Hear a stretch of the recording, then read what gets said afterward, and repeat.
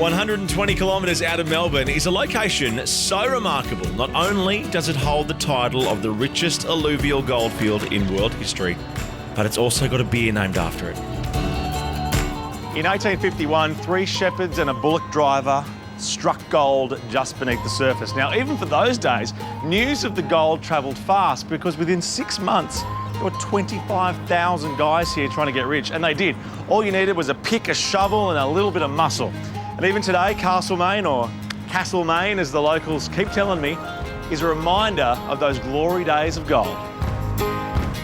To experience the feel of early Australian homes, head straight to the Restorer's Barn, which can truly claim if it isn't here, it doesn't exist.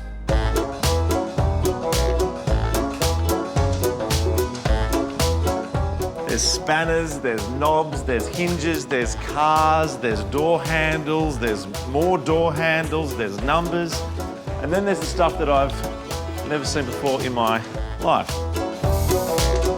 Some of the early Australian homes in the immediate neighbourhood have a far more modern feel though. Normally when you hear the words quirky, rustic, historic when it comes to accommodation, it makes you a little nervous. Now this building was built in 1866. And being Castlemaine, well, sure, it's historic, but it's also artistic. This B&B might just be a little different. This B&B, known as B&B, is an indication of exactly the kind of thing going on all over Castlemaine. A cool, modern heart is pumping with some delightful, historic bones.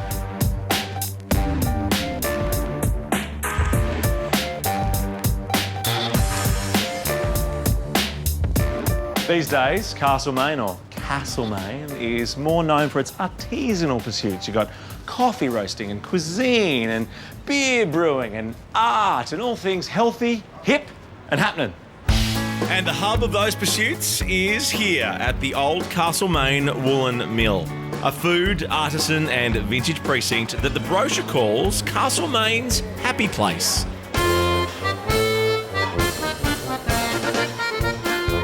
Inside is Dus Coffee House with a small batch coffee roastery at the back and whatever your heart desires to accompany it, providing it's rich, sugary, creamy, hearty and Austrian.